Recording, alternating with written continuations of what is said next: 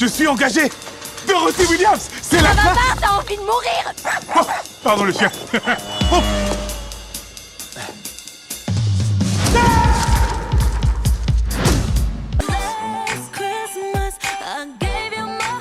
Compliqué de rattraper mon retard et de pas en creuser encore plus. Mais c'est pas grave, je veux jouer le jeu et je veux regarder chaque film avant d'en faire une vidéo.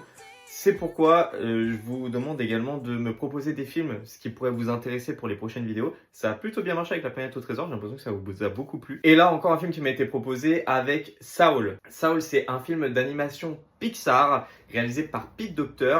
Pete Docter, c'est un des grands noms de l'animation aujourd'hui. Il est le réalisateur des plus grands succès de Pixar. Déjà, il était arrivé très jeune en sortant de CalArts pour bosser sur Toy Story. Et il a par la suite scénarisé et réalisé plusieurs films et produit également, notamment Monstres et compagnie, puis Là-haut, puis vice versa. Et il finit avec Saul. Saul qu'il a sorti alors qu'il prenait la relève de John Lasseter à la tête du studio Pixar. Et aujourd'hui, c'est lui qui dirige tout. Et sinon, Saul, ça nous raconte l'histoire de Joe Garner, qui est un artiste, c'est pas raté, parce qu'en fait, il est vraiment talentueux, mais qui n'a pas eu beaucoup de chance dans la vie. C'est un pianiste fan de jazz qui n'a pas réussi à se faire un nom, à se faire une place dans le monde du jazz.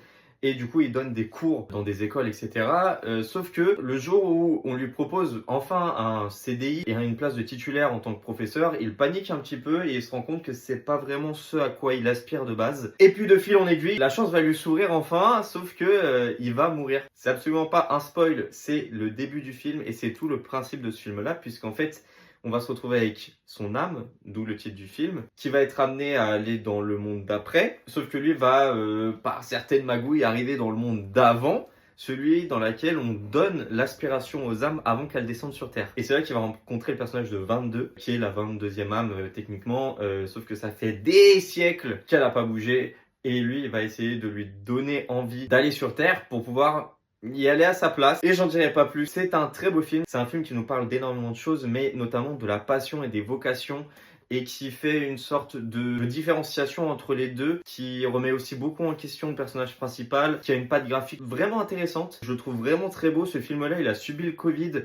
ce qui veut dire qu'il est sorti directement sur Disney+, et il a jamais été diffusé au cinéma. Ou je crois que après coup, ils ont choisi de le rediffuser. Il a eu l'Oscar du meilleur film d'animation en 2021, c'est pas rien du tout. Et c'est le 3e Oscar de Pete Docter, le seul qu'il a pas eu, c'était pour Monstres et compagnie. Franchement, on est sur un beau film, sur une pépite, sur un des meilleurs de Pixar. Je suis pas un passionné de jazz, mais j'y apporte un léger intérêt. En tout cas, j'apprécie cette musique. Je trouve ça franchement plutôt bien amené dans le film. Et que ça nous attire ou pas, ce style de musique-là, on peut clairement se mettre à la place du personnage de Joe. Je pense qu'on est tous